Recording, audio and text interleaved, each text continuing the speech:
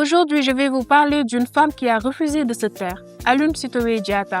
Héroïne sénégalaise, elle a marqué la résistance africaine. Elle s'est battue pour la liberté et la dignité de son peuple en Casamance. Arrêtée puis exilée, elle est devenue symbole de détermination et de courage. Mariama Ba, 1929-1981, une écrivaine sénégalaise et une figure importante du féminisme africain. À travers son célèbre roman Une si longue lettre, elle a dénoncé les difficultés et les inégalités que vivent les femmes dans la société africaine. Par ses écrits engagés, elle a contribué à faire entendre la voix des femmes et reste aujourd'hui une source d'inspiration pour toute l'Afrique. Leman Bowie est une militante de la paix, défenseuse des droits de la femme au Libéria. Elle est née le 1er février 1972 et elle a participé à l'arrêt de la guerre civile au Libéria en 2003, ce qui lui a valu le prix Nobel de la paix en 2011. Awa Keïta, née en 1912, elle fut sage-femme, militante engagée et première femme députée du Mali. À une époque où peu de femmes avaient accès aux responsabilités politiques, elle a eu le courage de s'élever, défendre les dignités et les droits de son peuple. Par son dévouement, elle a contribué à défendre les droits de la femme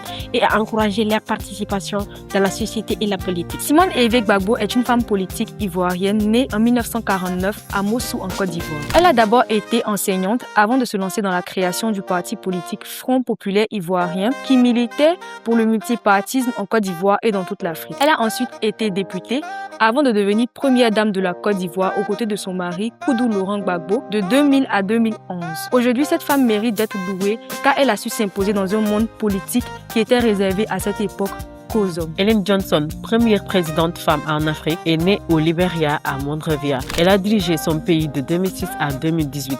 Elle a marqué les esprits par la reconstruction des droits de la femme et elle a été décernée prix Nobel de la paix. Clara Zetkin, et nous rendre hommage à cette femme qui a instauré la Journée internationale des droits des femmes en 1910, chose qui était très compliquée. Elle a milité parce que c'était une militante socialiste. Elle a milité pour que chaque femme ait ses droits. Et aujourd'hui, cette journée marque l'esprit de chaque être, surtout pour les femmes, parce que chaque femme, chaque adolescente, chaque jeune fille, elle sait qu'elle a des droits à revendiquer et j'aimerais lui rendre hommage. Rosa Parks est une femme noire vivant aux États-Unis d'Amérique dans les années où la ségrégation raciale battait son plan.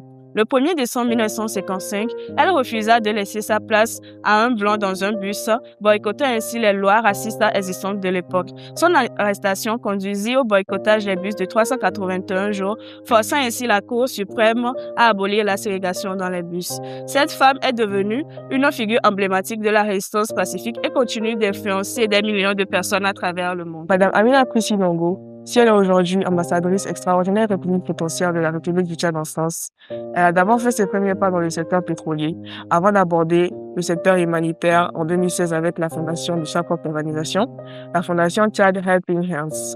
Année après année, elle gravit les échelons et fait finalement son entrée dans le gouvernement en 2020 en tant que ministre de la Femme et de la Protection de la Petite Enfance. Durant son mandat, des institutions telles que le Centre national de réinsertion des enfants vulnérables et l'Agence nationale de protection des droits des personnes handicapées ont été mises en place. Elle est reconnue pour son engagement humanitaire et a reçu le prix africain de développement 2020 en faveur de son travail acharné pour la reconnaissance et la visibilité des problématiques féminines au Tchad. Ceci nous montre que les femmes n'ont pas seulement subi l'histoire, mais l'ont façonnée.